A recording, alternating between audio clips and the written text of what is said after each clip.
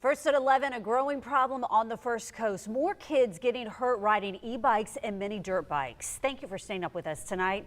I'm Heather Crawford. And I'm Anthony Austin. We told you last month about a 12-year-old killed riding a mini dirt bike near Patriot Oaks Academy in St. Johns County. Doctors at Wolfson Children's Hospital say they're now seeing more of these injuries than ever before.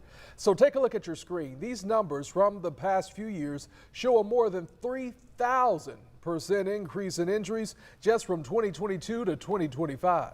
Our Cindy Deshawn sat down with the St. Johns County Sheriff to ask what's being done. And Cindy, the sheriff says the deputies really are ramping up enforcement. Yeah, that's right, Heather. Sheriff Robert Hardwick says that parents need to teach kids the rules before handing over e-bikes or e-motos that can go up to 70 miles an hour.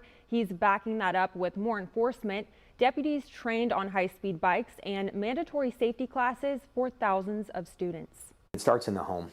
It starts with that educational piece in the home and the responsibility of the adults teaching these children what the do's and don'ts are of just safe driving. Last summer, St. Johns County Sheriff Rob Hardwick says they saw 5 serious crashes with kids getting badly injured. Some were a reckless display or reckless use of, and I don't want to fault these kids for being children, but also to just, not properly trained in use of the actual e-bikes. So they got aggressive, creating their own e-bike enforcement codes, logging over 250 stops since May. They even sent 8 deputies to motocross school and bought high-speed e-motos to patrol hotspots like Nocatee and Julington Creek. We have seen a little bit of a reduction of the e-motocross bikes since they learned deputy sheriffs ride e-motocross bikes too as well, and we ride them better. They're also in schools now with mandatory 45-minute safety classes for middle schoolers. All those classes were actually completed with 6th, 7th, and 8th graders in St. Johns County School District.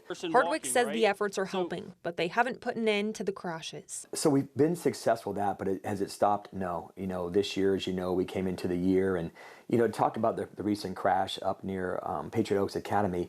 That's not an e-bike. One of the most recent turning deadly, involving a 12-year-old student riding a dirt bike powered by a small engine similar to a lawnmower. It's why Hardwick is pushing lawmakers for better rules. I think in the right direction, but the goal is get it out of the bicycle statute. He noted most kids are doing the right thing and wearing helmets. We appreciate you. Tell your friends to do the right thing. His message, treat e-bikes and motobikes like a car. Stopping at stop signs, yielding at crosswalks and right-of-ways, stopping at all red lights. So you're basically a car, but you're on a bicycle in that designated pathway. And for parents, Sheriff Hardwick says deputies will call you if your child is caught breaking the rules. The last thing our deputy sheriffs want to do is get in the habit of, writing a 12-year-old boy or girl a ticket, and that's their first law enforcement interaction.